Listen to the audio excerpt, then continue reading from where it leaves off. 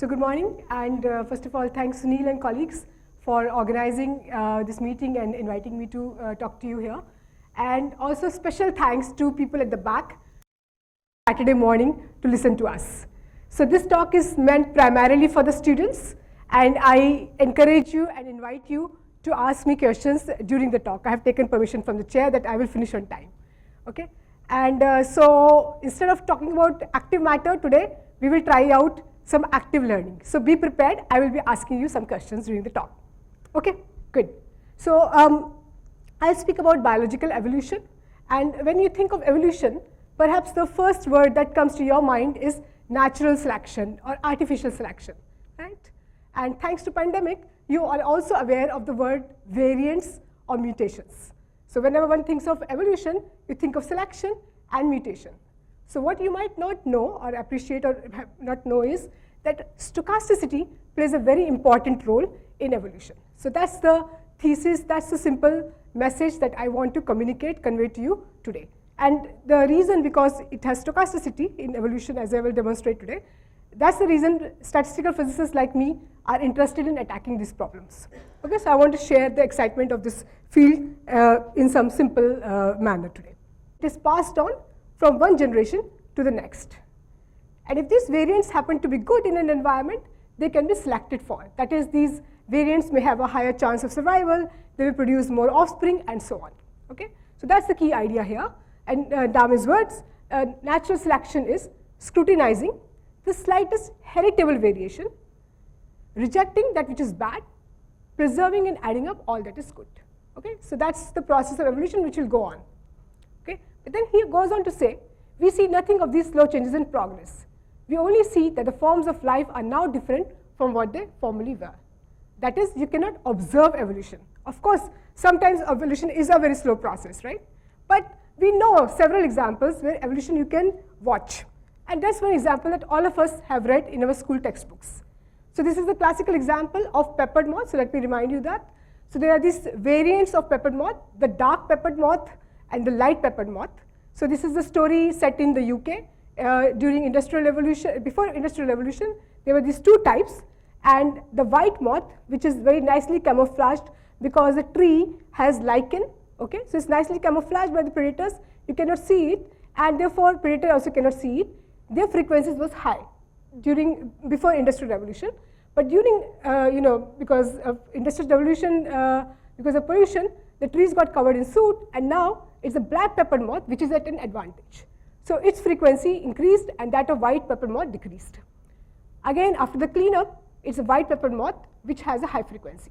So the point I'm trying to make is that over the span of 100 years, there's a massive change in the frequencies of these moths let's say the dark moth, from almost frequency 0 to almost 1, close to 1, and then again close to 0. So this has happened over a span of 100 years. Now you might argue 100 is a lot in human years. So I'll give you one example. So this is an example from an experiment. So this experiment started in 1988 and it is continuing till date. So this is an experiment in the lab of Richard Lansky, and experimental idea is very simple. So what he has is just 12 populations of E. coli, and these populations are given less food, less glucose than what they are used to. So these are the starving populations, they have less fitness. So you can visualize, you can sort of picturesque way of thinking about it is that you have some kind of fitness landscape, just like you think of energy landscape, just the opposite. Instead of minimum energy, you want to maximize fitness, right? So there's a fitness landscape where the population is somewhere at the lower parts of this landscape because it's maladapted, and it's trying to climb up the peaks by acquiring new mutations. Okay, so things that I have said to you so far, they were all and therefore fitness would increase. And here is the result from the experiment, in which fitness increased a lot, almost by 40% in the first few thousand generations, and actually fitness is still increasing, much slowly though. Okay, so these points are from the experimental data. Now, what I said to you so far, the story about Darwin, about the moths, about this E. coli, they're all verbal explanations, they are qualitative explanations. What people are interested in and also want to do is to come with quantitative theory of evolution. So we would like to come up with simple formulas, simple expressions, simple theory, or maybe complex theory, but something which involves numbers. So in fact, for this experiment, there are these two curves that you see, the green one and the red one. They come from theories that this group had developed. Okay? Now, this problem is pretty complex. Lots is going on to obtain these two curves, okay, which I will not be able to explain to you today. So what we will do is to start with a very, very simple question. So the question is very simple here. I have a certain population. Let's say they're all light-colored moths. That's called wild type. And at some point, a new mutation occurs, which is this dark-peppered moth. Okay, it's just a single mutant that appears. And the question is, what is its fate? Would this variant go away? Will it die out? Will it spread? Will it coexist? What could happen? Of course, it will depend upon parameters and so on, and many things. But let's try to answer that question. Let's simplify things more, because I know we are not biologists, at least I think none of us are. So, but we have all done some statistical physics, right? Let's go back and do something very, very simple. This is a classical problem called a gambler's ruin problem. So some of you might know the origins of probability theory lies in gambling. So there was some bunch of aristocrats who like to gamble and so on, and they wanted to ask the mathematicians and the naturalists at that time how to win. So there was some correspondence between Pascal and Fermat that discusses this problem that I'm going to explain to you, and it's a version of that problem. So let's play this game. Each of you come to this room with a certain amount of money, say 65 rupees, and each of you has a coin. Let's assume it's a fair coin. You flip this coin. If you get a head, I'll give you 1 rupee. If you get a tail, you give me 1 rupee. And you have to play this game until you get 100 rupees or 0 rupees. Clear? 65 rupees you start with, fair coin, head you get 1, tail you lose 1, and you have to continue till you have no money or 100 rupees. That's it. And the question is, what's the eventual fate of this population? Do you think this game will keep on going forever? Do you think all of you? 2 people at one time? No, each of you are playing a game separately. Yeah? Okay? So, but I want to know what will happen. So these, you all are my stochastic runs, independent stochastic runs basically. Okay? So, or do you think all of you will win 100, or all of you will win 0, or maybe some will win, some will lose, some will keep playing forever, or maybe there's a possibility E which I have not told you, and so on. So what we will do is, we'll take 1 minute, and I want you to think about this, and then we'll take a poll. Okay, time starts now. Please think, and it's fine. I mean, you can discuss with each other, talk to your neighbor, and tell me what you think. You have 1 minute. Start.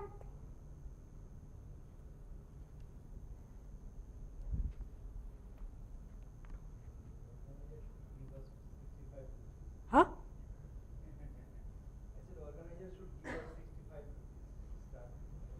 Okay.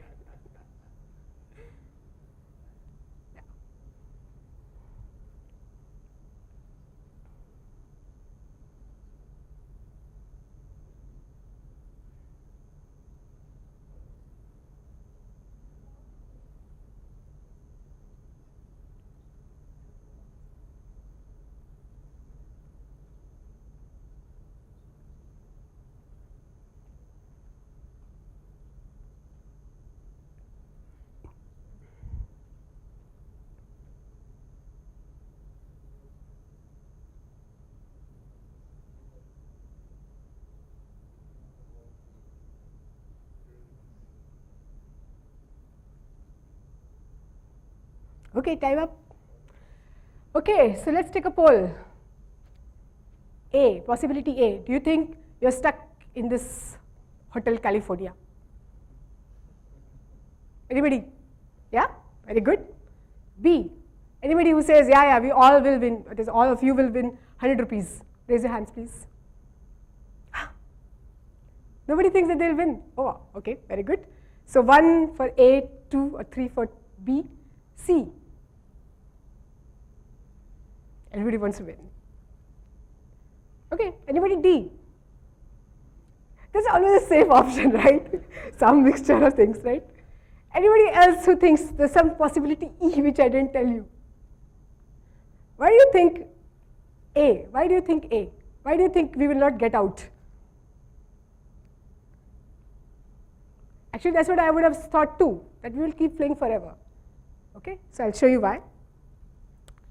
So if I have a fair coin, I would say that yeah, 65 rupees or 40, 50 rupees or whatever. I got a head sometimes a little bit high, then I got a tail, head, tail, and so on. So naively, I would have thought that, so I did this experiment in the computer and I'm showing you that. So I would have thought that my amount will fluctuate, the money I have will fluctuate about my initial amount for quite some time, and that's what my computer simulation also showed. But then I played this game for quite a long time, and I find that actually a large fluctuation can occur if I wait long enough. So something, okay, and then I got a bunch of heads, then tail, then some more tails, and I got a 0. Okay, and I ran this experiment again. Then another once it happened that I got a lot of heads and so on, and this time I got 100. Okay, so the point is the game will finish. I guarantee that. Okay, so game will finish, but your intuition is that it will just sort of hang around the initial value. Okay, that's what I would have expected too, for a fair coin at least. Okay, but it's this large fluctuations because of which the population, you will get either 100 or 0, and this answer does not depend upon whether you start with 65 rupees. Anything you can start with 1 rupee to 99 rupees, you will always finish the game. You will get either 0 or 100. It does not matter whether you have fair coin, it could be unfair coin, even then this will hold. Because we are stopping the game when we have 0 or 100, once we have that first time, this is an example of what is called a first passage problem, which have been studied by statistical physicists for a long time. These are the set of non-trivial problems that also come in evolution, so I'll explain that. Okay, so how do we tackle these problems? So there's a standard sort of way of doing it. So the question now is this. So fine, we will stop at 0, 100, but perhaps what you are interested in knowing is what's your chance that you leave this room with 100 rupees? You will leave with 0 or 100, right? But you want to know what's the chance that you will leave with 65 rupees, with 100 rupees, right? So to answer those kind of questions, there's a standard formalism which is called Fokker-Planck equations. What is relevant here are called backward, but don't worry too much if you don't know what they are. So what we are thinking of basically is a random walker problem with absorbing boundaries at x equal to 0 and 1. Okay, so I have this walker on a line of length 1, and there's absorbing boundaries at x equal to 0 and 1, and then one can write down certain equations for it. So this I'm sure you are all familiar with. So if you think of it as a Markov chain, finite Markov chain, then you can write down a transition probability that the I becomes I plus 1 or I minus 1 with these probabilities P and Q. And now you have to use this to find the mean and the variance of these transition probabilities and plug it into these equations. This equation you have seen many, many times, right? It's just up to the sign. The sign you can sort of understand later on. So I want you to have a note that these coefficients over here, they are constant in time. They're also constant in this variable x.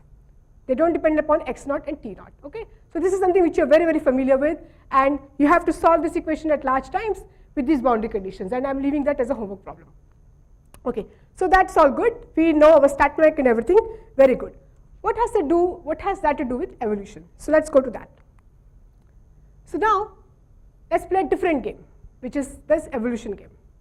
So now I'm thinking of a population of squares and circles.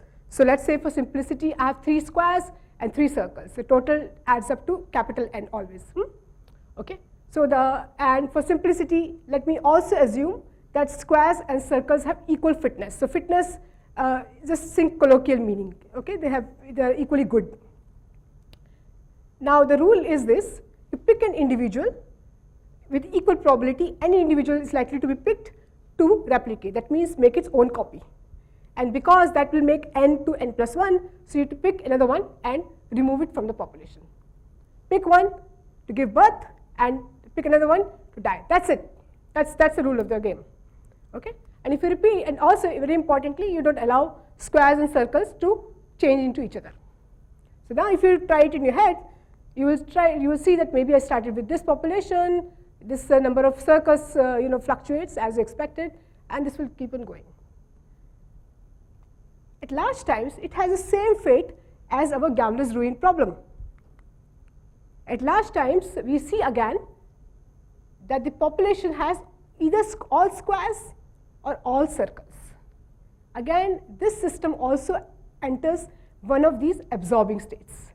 At short times, the frequency fluctuates about the initial number, the frequency number fluctuates about the initial number, but later on, again, these enter these absorbing states. And this is true whatever number you start with, whether you have fitness or not. Even if they're unequal fit, then also this holds. Okay? So these are important concepts, and if you're seeing for the first time, it may be slightly difficult, but I strongly encourage you to think. One reason is these absorbing states are an example of non-equilibrium states, okay, which is something very exciting and interesting, and all of us do research in that. Yeah. The time at which this large fluctuation occurs, is there any? Yeah. Okay. So the question is, what about the time scales, right? So those questions can be asked. I will come to that later. Yeah. So in this problem, it turns out to be of order n. Yeah. What about the ensemble? Ensemble. This is just one ensemble, right? This is the one trajectory, yes. So I do many trajectories, and therefore that's how I find the probability that I will get 100 rupees. So each of you were my trajectories. You cannot do time average here because the stationary state is, nothing is there in the stationary state. This is the ensemble. Okay. Right? Anything else?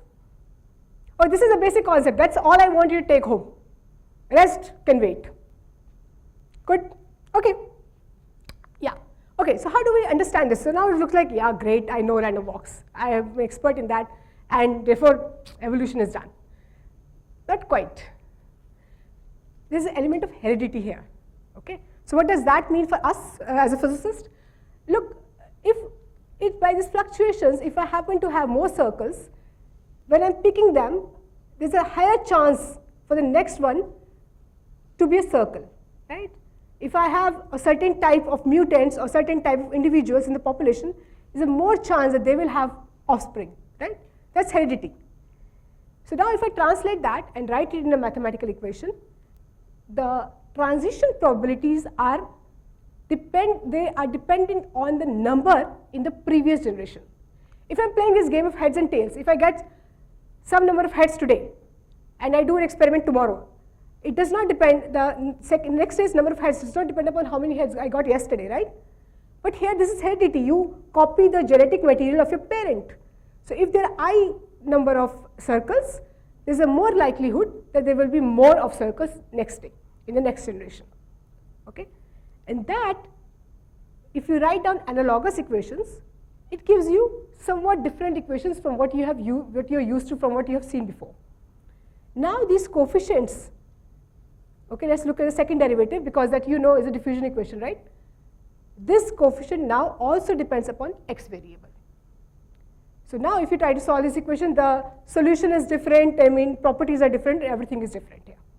So the point I want to make, again, repeat this point is, you are familiar with dp by dt, second derivative of p with respect to x, coefficient being a constant in space and time. Today I'm discussing these problems in which this coefficient depends on x and t, because that's how, those are the equations that come in when we are discussing these problems in evolution. Okay? Yeah, please. X is the frequency of one type, of one of the two types. Yeah? Okay? Okay, yeah. In your case, it's the time or it's not the time? This is the time. What time is over here? Right? You have squares or... Yeah. Let's say is the frequency of the circles. Doesn't matter. You can write analogous equations for the other one. Yeah. Yeah, there's just two types, so basically a single independent variable for the frequency. Okay? Yeah. Okay. So one can, again, I'm leaving this as a homework problem. You can work it out, and then you get this little cute equation. The question being that in a population size n, what's the probability that this mutant with the fitness 1 plus s, that means it has a larger chance of being picked with the probability is proportional to 1 plus S will eventually take over. So this is this nice cute formula that comes, and if you work out the first problem that I told you, the Gamler's ruin problem, actually it turns out this answer does not change. You will get the same answer, although the physics or biology of it is different. But the mathematical answer turns out to be same. Homework exercise. Okay. So what's the point of all this? All this mathematical stuff we can do, technical and so on, it's clear. Okay. But again, I want to emphasize this point once again. When we think of a beneficial mutant, when we're thinking of good guys, so you think that, yeah, I'm a good guy, I'm going to spread, right? Yes or no, right? But that's a deterministic thinking. If you allow for stochastic fluctuations, then the chance that a good mutant will take over is strictly less than 1. There is a non-zero finite chance that the good mutant can get lost, okay, stochastically. Similarly, you think bad mutant will go away. Yeah, but there is a non-zero finite chance that it will spread, okay. So therefore, when we were thinking about coronavirus and so on, there were all these variants coming. Remember the guy, the variant, our Omicron or Delta and so on, they were not just good or bad, they were also lucky. Okay, so that's a key, simple point I want you to take home. Okay? Okay, so now, as I said earlier, these are first passage problems, and these are sort of, studied a lot in statistical physics, and one is asking about what's the chance that, you enter one of the absorbing states, and as I was asking, one can ask what's the time scale over which this happens. These are called first passage time problems, so one can calculate all these things using these methodologies. I mean, this is a framework that I sort of discussed earlier. That's good, but why would a biologist care? That's good for my occupation, it pays my bills, but why would a biologist care what is this first passage problem, right? They don't measure first passage time, they don't measure first passage probability, nobody does. However, one can calculate certain quantity, one can find certain quantities which can be measured from the data, and those are the quantities which can also be related to the first passage problem. Okay, so let me demonstrate that using an example. Okay, so for this, how much time do I have? You have about 10, 12 minutes. Oh, okay. Okay, so for this I need to introduce to you a phenomenon called genetic hitchhiking. So let's have a look. So I'm thinking now of, let's say I have 4 individuals and each of them has a long sequence, but each of these genes are physically connected to each other. Okay, so we are thinking of that kind of organism, like for example E. coli. So now at some point, let's say this star mutation appears. Now you remember, star mutation is not necessarily going to spread, right? We just learned that. It may get lost or it may spread through the population. But while that is spreading, it's a part of biology that the way things work out is that there's some reproduction process due to sex or recombination. What that means is that these sequences will break, 2 sequences they will break, and they will swap their genetic material. Due to this genetic mixing, not only the star mutation has spread, also these parts look different from other parts. Okay, so that's okay. Over a time scale, this mixing would happen. But if this mixing time is much longer, then the time for this mutation to spread, in that case what would happen? Because they are physically linked, they are not getting time to break and swap their material. All these guys, this guy will drag the linked parts with it. Or in other words, these guys will hitchhike, they will hitch a ride with a star mutation and give rise to these sequences, which are identical. So what has happened? We have lost the variation if the mixing time was larger than our fixation time. So fixation time is entering into this problem. So there are these 2 time scales, time to mix and time for this star mutation to spread in the population, which is just the fixation time.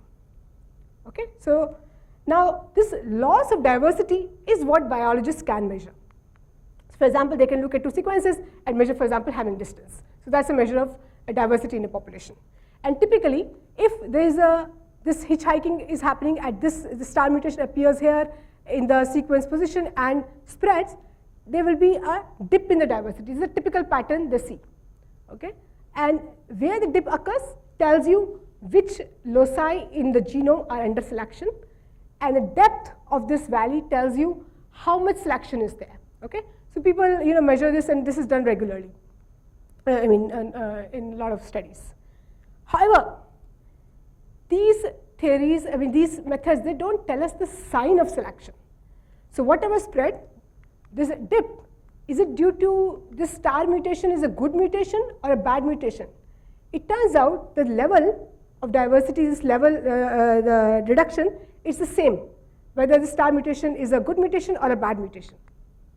And so that's because for this fixation time, there's a symmetry, which is sort of very unintuitive, which says that the mutant with plus S advantage takes the same time to spread as the one with minus S advantage, and you can check it from that equation.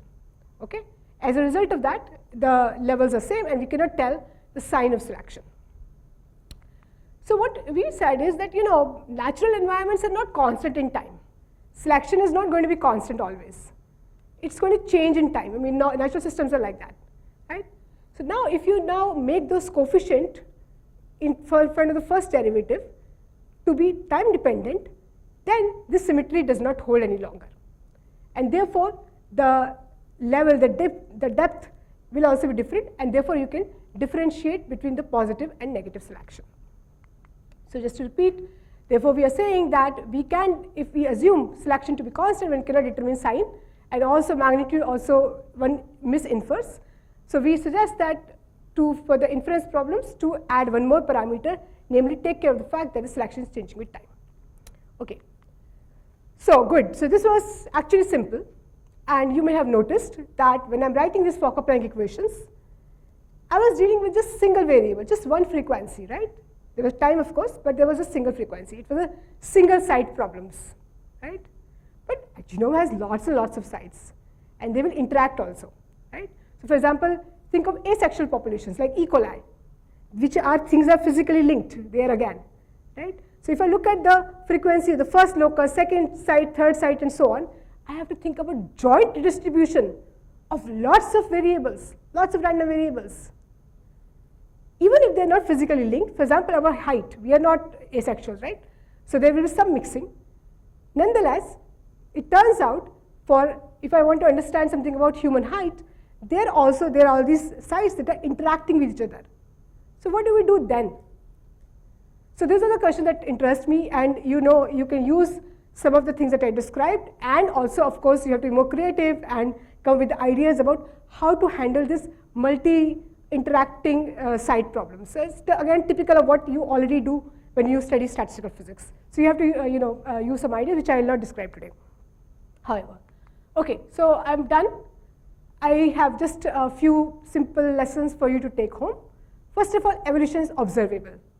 Okay, I gave you a couple of examples, but there are many, many well-documented examples in the literature now, which show you you can observe evolution and also make quantitative predictions.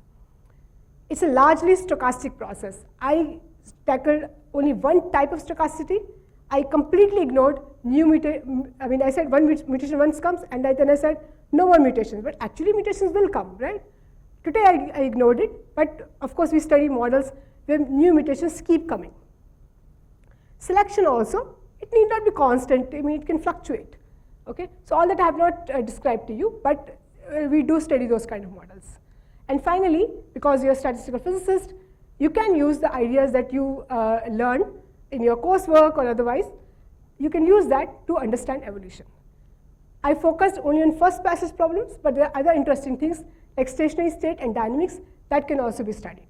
Okay, so with that, I will stop here. Thank you very much. Moving space. Right? Yes. You can have large-scale migration, Yeah. etc.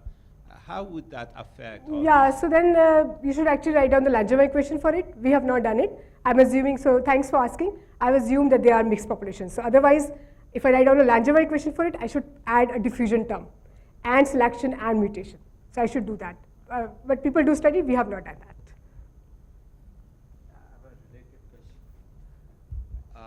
Related question. about prey-predator kind Hmm, of. yeah. What I mean, this evolution, the population. Yeah, so can then be you the have availability of food. Yeah. There are many other factors. Yeah. So it's not featured here, right? Yeah, so because I'm looking at some other And I set of just wanted problems, to know whether- but basically you can use these methodologies again. But those are slightly more complicated because you have to add space. Okay. You know, you can consider mean field model, but you have to add space in that also. So basically you will think of two species which will interact. They will have their frequencies x and y, and then they will interact with each other. So those things are also done, but I don't study those models. So Okay, but is it? Is it known what the solution would be like? Any these are idea? nonlinear equations. There are many solutions. Okay. Right? Yeah. Okay. Migration issue. Hmm. See, it's not just the diffusion, right? It is because migration happened because of something which is catastrophic and which is, right? So yeah. it could be, right? Or may Yeah. not be that the only reason. I'm saying Okay. there are multiple reasons. I'm just Right. trying to say that it can't be Yeah. just diffusion. Yeah, no, you're right. So, okay, so what I had in mind is, so it's not a well-mixed population in each deem or in each island, and migration would mean things coming from between the two islands, right? So those terms are not diffusion, and if you add them, basically you get this Fisher-Kolmogorov equation, right? So that's how the migration comes. But within an island, within population, if they are moving around within a population, then you can take a second derivative. So that will come. But for the migration, you will get this FKPP equation. That's how it will be modeled. So you didn't tell us about the first question that you asked. What is the correct answer? You will finish the game. You will finish You the will game. finish the game, but What's the chance of getting 65 rupees, so 100 rupees? yes. Yeah, for an unbiased coin, it's the amount that you start with. So I So mean, 65 by noticed 100. there was some asymmetry in the sense that you were starting with 65. You have Yeah. to go to 100, so you have to add So 35. it's 65 by 100 if you have fair coin. If it's unfair, then you have this other formula that No, assume it's a fair coin.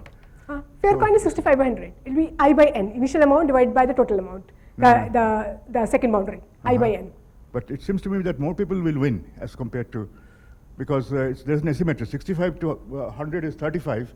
whereas 65 by to- 100. Huh? 65 by 100. No, what I'm saying is that if you start with 65, Yeah. to get to 100, you need to have 35 times plus. No. No, every time you get a plus, No, but that's a trajectory in which you get 35 pluses, right? But there are Right. many trajectories. You go up, down. sure. Yeah. But the probability of going to 100 Yes? is more than the probability of going to 0, because you need 65 negative to go to 0 and 35 positive to get to 0. So if I understand correctly, the probability of going from 65 to 100 is 0.65, Huh. which is higher. Yes. Yeah. So I mean, on the average, more people will win in this situation. Yeah, so it depends upon your initial amount. That's what Yeah, I'm yeah, saying. So yeah. you gave 65, so that's what. Yeah. So there is a. No, not more people. Each of you, your chance. If you keep repeating this, Right. So I mean, yeah. 1,000 people are doing, but there Yeah. will be number of people who will go to 100 will be more compared to. If you start with a higher amount. Higher amount, Yeah, yes. that's correct. Yes. Yeah. But the probability is I by n. I suppose if we say all of us start at 65, right? Yes. And so what I think he's trying to say is in a short time, most of us will win, go to 100. Yeah, time, okay, is a separate question. Because, But again- yes, more people will win. Yeah, if you just, okay, yes. First passage time for going to 100 Yes. will be less compared to the first passage time to go to 0. First place is probability, time or probability? Probability, first place is probability to go to 100 from 65 is more More, yes. than the other one. And time is a separate question. One can also talk about the time. I mean, how long it takes to get to either this end or that end. How many times you have to flip the coin to be able to, Yes. and there going to 100 is more likely. I think I'm missing something here. Mm. Yeah, there's some, but it's order n. That's all I'm saying. It's order n and there's some prefactors. If you started with 50, then I would say that it's a symmetric problem, and either way, If you start with 50, yeah, it's half. yes. Yes. But Yeah. since your initial amount is closer to one limit compared to Yeah, one. so I'm giving a general formula, which is I by n. I is the initial amount. And n is the 100, which is where the boundary is, absorbing boundary is. Yeah, maybe I'm not getting the sort of point, but I can discuss later. The number of people who start off, right? No, n is the where absorbing ball is. This is the absorbing ball at 0, and that's the absorbing ball at n. This is the distance. This is n. N is not the number of people. N is their boundary. We have 15 people here, but 100 is the amount. That is my n. N is not a number of people. No, but Yeah. this is stochastic process, so I can have any number of. Yeah, so these are all these ensemble, these are the various histories. And if I calculate how many of them win, Yeah. I'm saying it will be 65 by 100. Right. That's all. I'm saying. Yeah, okay. Oops. I have a different type of question. Okay. Now, there is kind of an increasing interest now in biomimetic systems that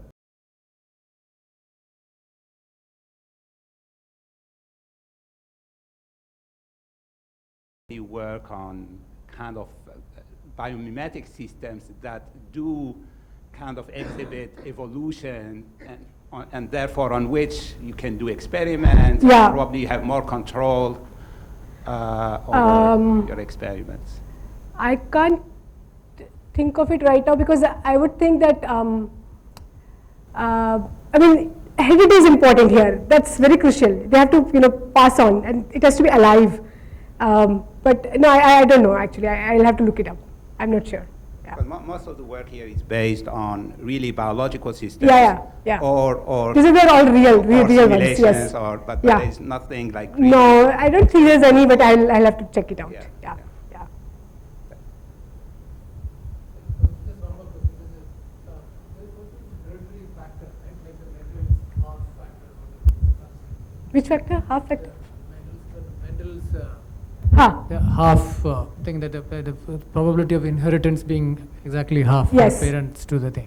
So that, where does that go in? Because then, when you want to actually look at the your equation, propagation equation, right? So you may have to build in Yeah. more than one time back, right? So it's like Yeah, so all that one-time is, step. so what you're saying that I in between one generation to second generation, all that Mendelian stuff is happening, and I'm giving you only what happened, I mean, how the frequency has changed at the end of it. So all that yeah, is but built there is in. always from the grandparents to the grandchildren inheritance. You don't But want you want the Markov chain.